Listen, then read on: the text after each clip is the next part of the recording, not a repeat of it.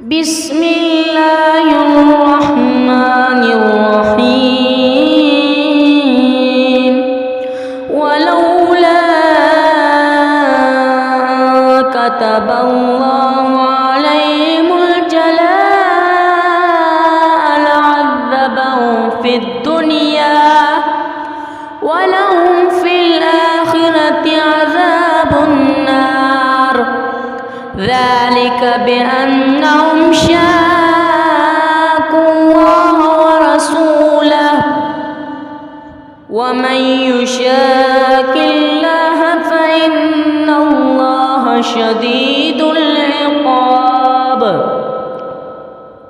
ما قطعتم من لينة أو تركتموها قائمة على أصولها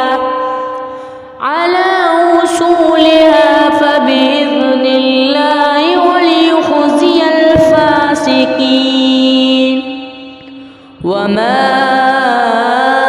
أفاء الله على رسوله منهم فما